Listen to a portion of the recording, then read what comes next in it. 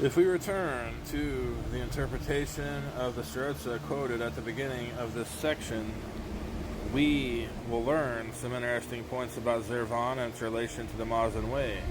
The mantra is devoted to both Rahman, a giver of joy, peace, security, and who also provides for fertile fields and healthy plants, but mostly it is dedicated to the ancient Yazata known as Vayu. Vayu is originally an extremely archaic Indo-European deity of the atmosphere. This is the space between the surface of the earth and the vault of heaven, or celestial sphere. Within this space move all of the planets, the sun and moon. It is said that even Ahura Mazda enlisted the aid of Vayu in order to strike against Ingermanu. It is within the space defined by Vayu that the battle between good and evil occurs. This results in the mixture of good and evil within Vayu, so that it can be said that there are beneficent and malevolent aspects to Vayu.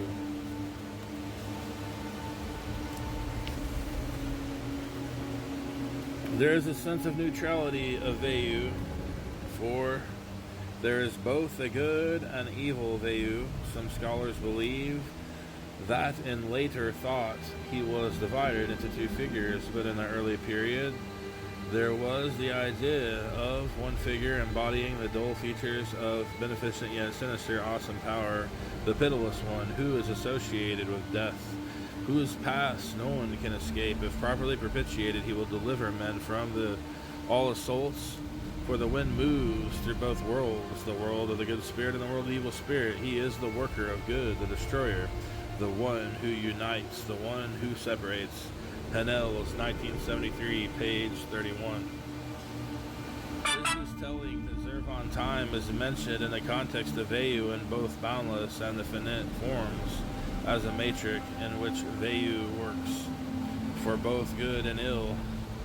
It is from this mechanism and mythic partigon that the sect of Zurvanism seems to have drawn its inspiration. Many reading these words will have been struck by the similarity between Vayu and the Germanic god Volthanaz.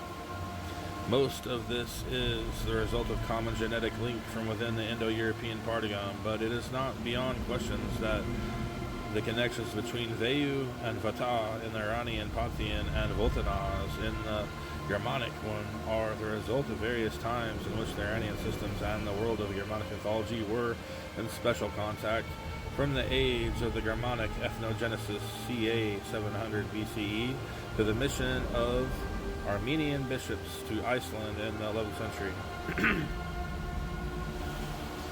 In the final analysis, the doctrine of Zurvanism is an erroneous belief system because it limits the intellect and freedom of man by binding him to the idea of fate and material motions of natural objects.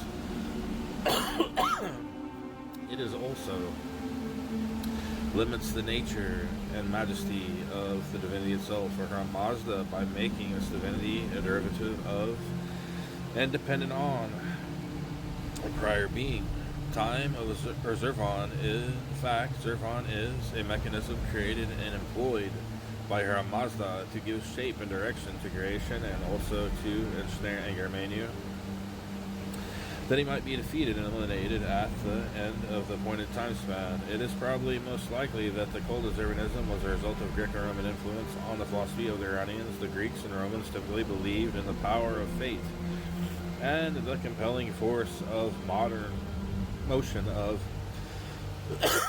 planets, which they identified with their gods. On the life of humans, Zoroastrian astrology, on the other hand, was a tool for the prediction of possibilities and openings for opportunities for the application of the human or divine will in order to alter events in the material world. Geddish, the great and influential scholar of Zoroastrianism, R.C. Zaner, was heavily criticized by the Zoroastrian faithful for his misinterpretations of the primacy of the Zurvanic myth. Clearly, Zurvanism is an attractive myth because it is so dramatic and stark in its presentation. time giving rise to the twin brothers, one good, one evil, to engage in the cosmic battle for domination of the world. But it is philosophically untenable, and it holds no special place for humanity, as does the Muslim philosophy. Zurvanism had more effect on the cults outside Zoroastrianism than it did within the religion itself. Once when I asked a Zoroastrian student of mine about Zurvan, he looked puzzled and said that he thought Zurvan might be some sort of demon.